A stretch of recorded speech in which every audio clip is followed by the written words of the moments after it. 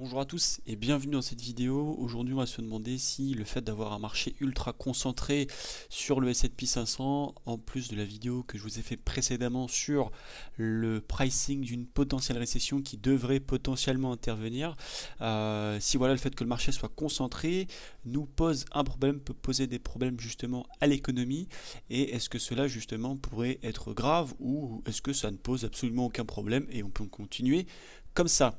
Alors, au niveau de la concentration actuelle, aujourd'hui, les 10 plus grosses capitalisations de l'indice du S&P 500 représentent quasiment 30% de la capitalisation totale boursière des marchés américains, ce qui est absolument énormissime. La plupart d'entre eux font partie du secteur technologique, donc vous voyez à quel point c'est très peu diversifié.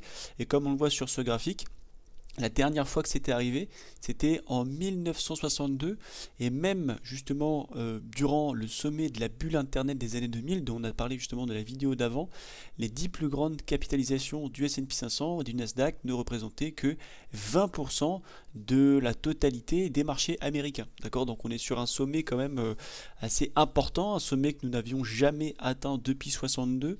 Donc ça en fait un élément quand même assez important à retenir. Au niveau justement de est-ce que ça pose un problème ou pas, bah oui, ça pose un gros problème parce que finalement un marché concentré il est très fragile parce qu'il n'est pas très diversifié.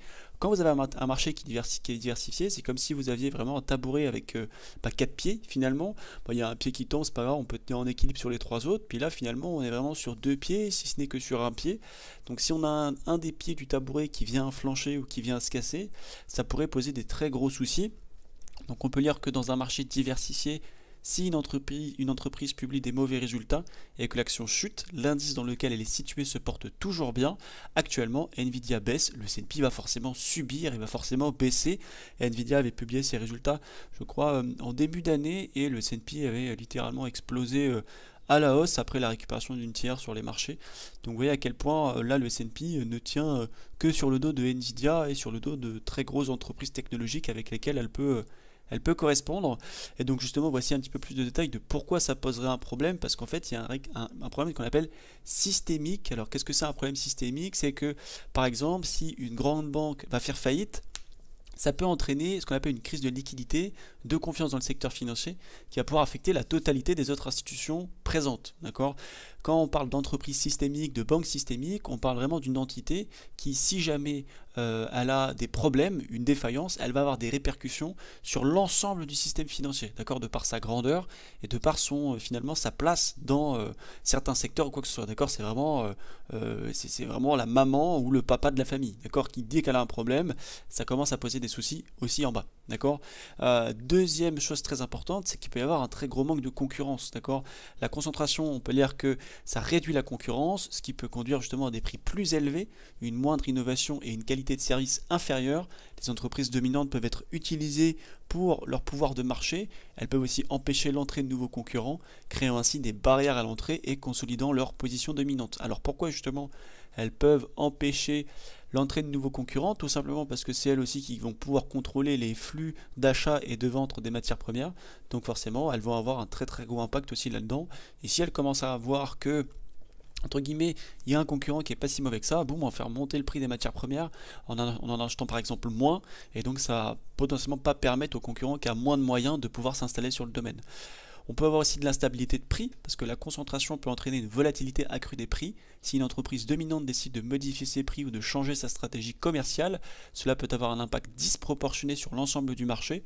Par exemple, une grande entreprise pétrolière modifiant ses niveaux de production peut affecter les prix du pétrole mondialement. D'accord. Par exemple, demain, les États-Unis disent qu'ils vont, par exemple, couper leur production de pétrole à 50% de ce qu'ils font de manière journalière. Bah voilà, le prix du pétrole va littéralement exploser, tout bonnement parce que l'offre va diminuer et la demande, elle, va rester constante. Le pétrole étant une matière inélastique, ça veut dire que, en fait, dans votre quotidien, vous pouvez choisir entre des pommes et des bananes, mais vous ne pouvez pas choisir entre du pétrole ou de l'herbe, d'accord, ça n'existe pas. Ou du pétrole et de l'électricité du jour au lendemain, ok, c'est pas possible. Vous ne pouvez pas changer de voiture du jour au lendemain, tiens aujourd'hui plutôt pétrole, tiens demain électrique, à part si vous avez acheté 2 voitures.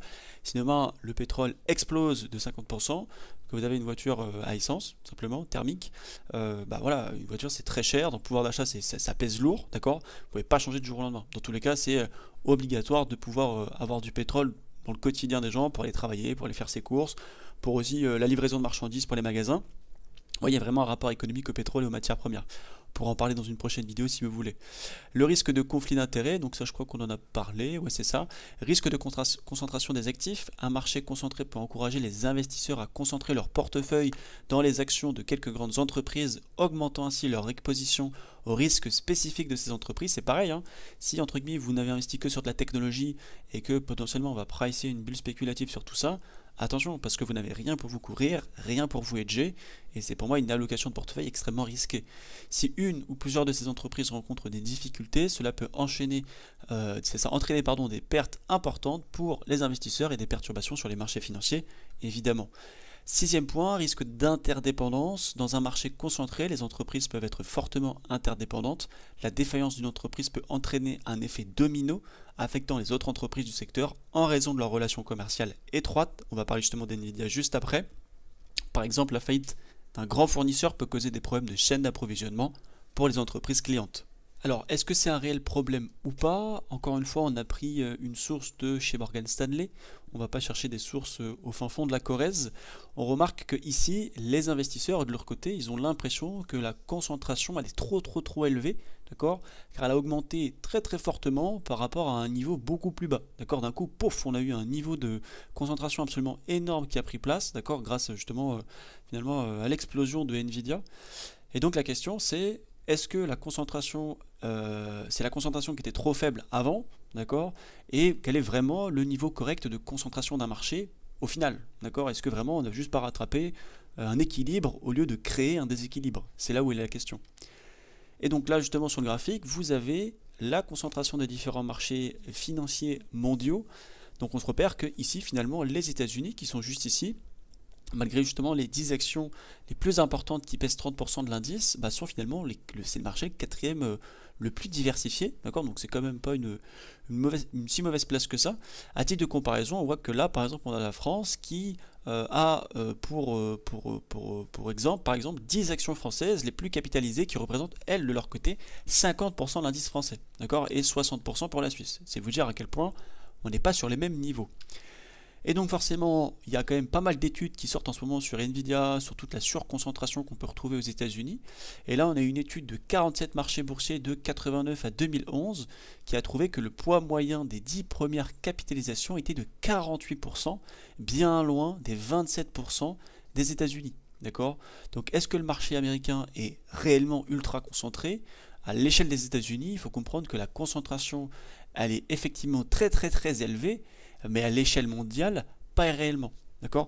Donc si vous voulez, le souci, entre guillemets, de la surconcentration du marché, mondialement parlant, il n'est pas très visible. Par contre, de manière, excusez-moi, c'est mes alertes qui sonnent, décidément, de manière, on va dire, unilatérale, en ne prenant en compte que le continent américain, ouais, ça peut poser des soucis, et ça pose des soucis, parce qu'aujourd'hui, le secteur qui nous intéresse, c'est le secteur de la technologie, et la quasi-totalité des très grosses technologies qui sont innovées mondialement parlant, en tout cas des très gros méga caps qu'on peut retrouver, ne sont pas présents en Chine, sont tous présents aux États-Unis. C'est ça qui en fait un gros souci. Et la question que beaucoup d'économistes et de financiers se posent, c'est est-ce qu'on est dans une bulle spéculative? Alors, évidemment, quand on voit du coup la capitalisation boursière que les méga caps ont pu accumuler de manière technologique en si peu de temps, cette question elle est évidente, elle a le droit de se poser. D'accord. Cela dit, cette explosion dans la capitalisation boursière, elle semble quand même être corrélée à une réalité dans certains fondamentaux d'entreprise, notamment ce qu'on appelle le ROIC. D'accord, on ira détailler le sujet de NVIDIA juste après, qui est tout simplement le rendement du capital investi, pour faire très simple. D'accord, c'est une mesure de performance qui évalue finalement l'efficacité d'une entreprise à générer du profit par rapport aux capacités et au capital qu'on va pouvoir investir dans cette entreprise en question. Et donc là, ce qui est très impressionnant, c'est d'observer qu'on a un très gros spread, un très gros écart finalement, entre les petites capitalisations et les grandes capitalisations. D'accord? Donc on a les petites capitalisations ici, et les grandes capitalisations juste au-dessus. Et on remarque que finalement, les intervenants, ils ont quand même des attentes bien plus élevées dans les résultats des grandes entreprises. Et quand on prend le cas d'NVIDIA, finalement, parce que c'est vraiment Nvidia ici qui vient peser dans tout ça. C'est vraiment l'atout de la spéculation boursière actuellement et l'emballement pour l'intelligence artificielle. Ici, vous avez un graphique de The Wall Street quelque chose, je me souviens plus exactement du nom, je vous l'affiche juste là, qui est un screener. Un screener, c'est quoi? C'est un outil qui vous permet, avec justement ce que le site va pouvoir vous proposer, donc ces data, de venir filtrer des actions par rapport au secteur, par rapport à la capitalisation, par rapport au pays, par rapport au fait de si elles sont accessibles en Europe ou pas. D'accord? C'est vraiment un truc qui va pouvoir vous permettre de filtrer un petit peu tout ce qui existe sur le marché et trouver vraiment les entreprises qui vous aident, et enfin pas qui vous aident, mais ce que vous avez besoin, pour faire très simple. Et donc ici, ce screener vient nous évoquer que entre la fair value et justement le current price, d'accord, donc le prix ici, finalement le prix au moment où je vous ai fait le screen, on a à peu près 62,2% de surévaluation justement du marché. Alors on va venir détailler un peu tout ça parce que comme ça veut rien dire. Donc actuellement, on a Nvidia, au moment où je fais cette vidéo, qui était à 128,28 $, d'accord, qui est nettement au-dessus de sa valeur estimée à 79,10 $. Alors, on va se demander si est-ce que ça peut nous indiquer une bulle spéculative avec des ratios financiers pas très compliqués à venir comprendre. Donc la première chose qu'on va regarder, c'est ce qu'on appelle le Price Earning Ratio, qui s'agit tout simplement du ratio entre le prix de l'action par rapport au bénéfice par action, d'accord, donc le BPA. Et là, le ratio, il est très élevé, d'accord? En tout cas, il est très élevé actuellement. Et s'il est très élevé, ça signifie que les investisseurs, ils vont payer beaucoup, entre guillemets, pour chaque dollar de bénéfice. D'accord? Ça, c'est très important de le comprendre. Donc actuellement, comme c'est écrit ici, le ratio, justement, par rapport au PE ratio, il est de 73,6, d'accord? Comparé à la moyenne de l'industrie qui est quasiment à 30. D'accord? Et donc forcément, ça veut dire que vous payez très cher pour justement, vous payez plus cher que pour ses concurrents. D'accord?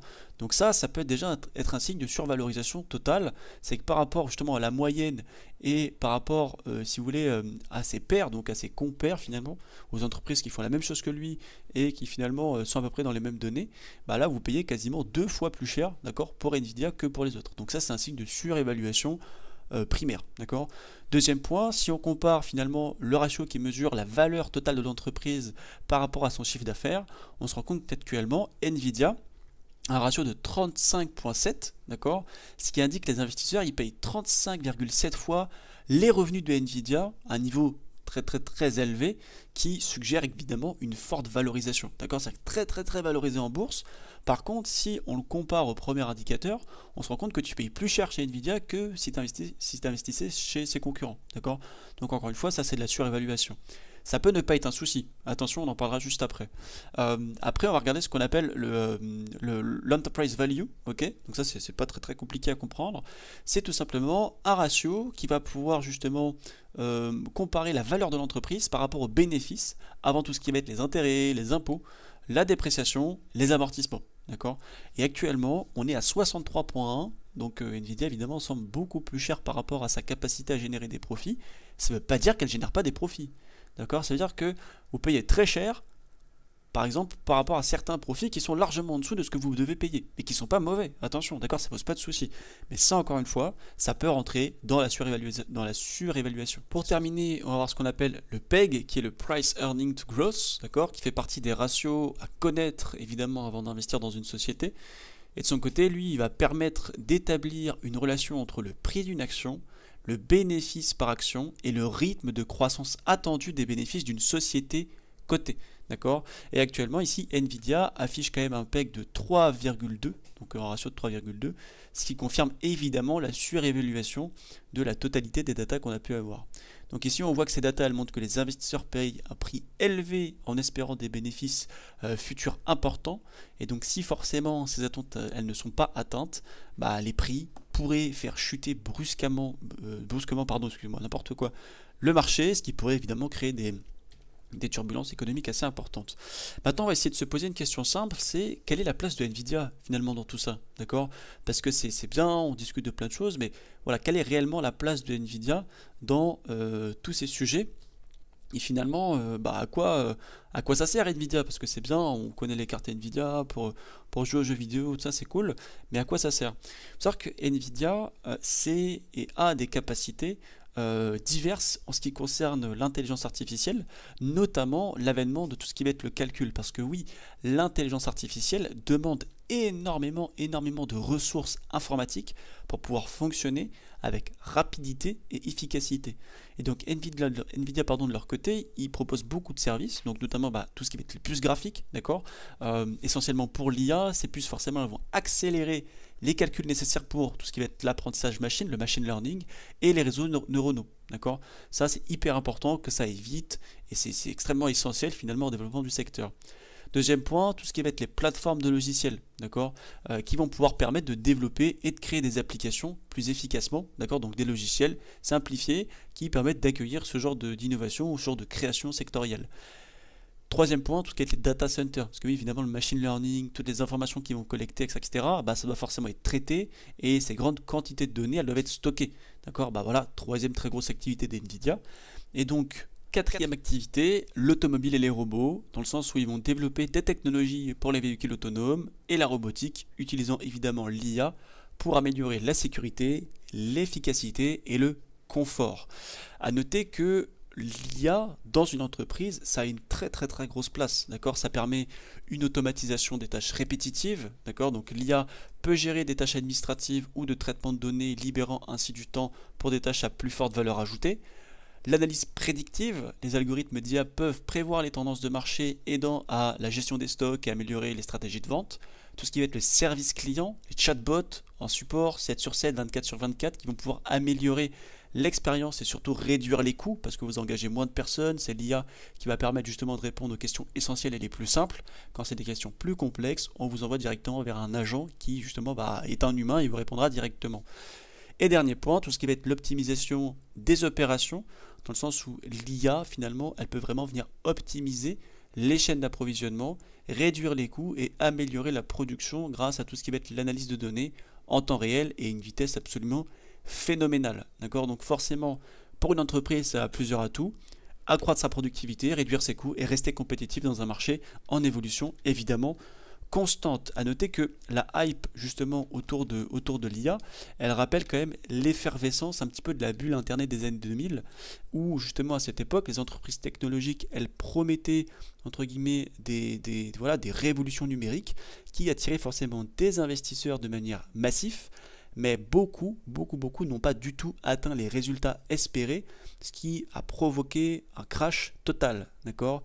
À noter que Nvidia, eux de leur côté, ils jouent quand même un rôle clé en tant que fournisseur de technologies essentielles pour l'IA. Donc forcément, leur succès repose aussi sur les performances des entreprises qui utilisent leurs produits. Si Nvidia publie des résultats bons mais inférieurs aux attentes, cela pourrait indiquer que la demande pour leurs produits n'est pas aussi forte que prévu, ce qui pourrait provoquer une réévaluation des actions et ainsi faire chuter le marché. D'accord, dans le sens où si entre guillemets vous avez des expectations, des forecasts entre guillemets de résultats d'entreprise qui sont élevés, en tout cas de la part des investisseurs, forcément ils ont des attentes qui sont très élevées. Et si les attentes entre guillemets ne sont pas atteintes, même si les résultats sont positifs, ça peut décevoir et ça peut déconcerter.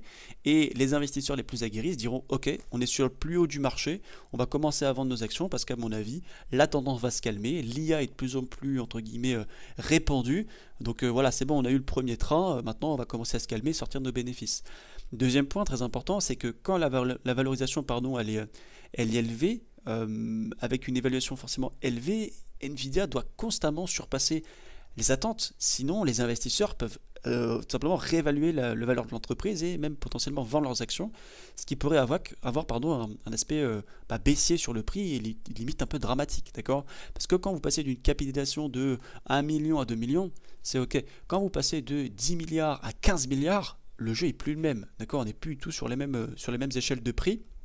Et dernier point, c'est que les marchés, ils réagissent souvent de manière totalement excessive ou mauvaise aux nouvelles. D'accord. C'est-à-dire que si par exemple vous avez des résultats, vous dites 15 milliards de résultats nets, vous faites 14 milliards, une performance moindre que prévu peut forcément déclencher des ventes massives par déception, par peur ou quoi que ce soit. D'accord.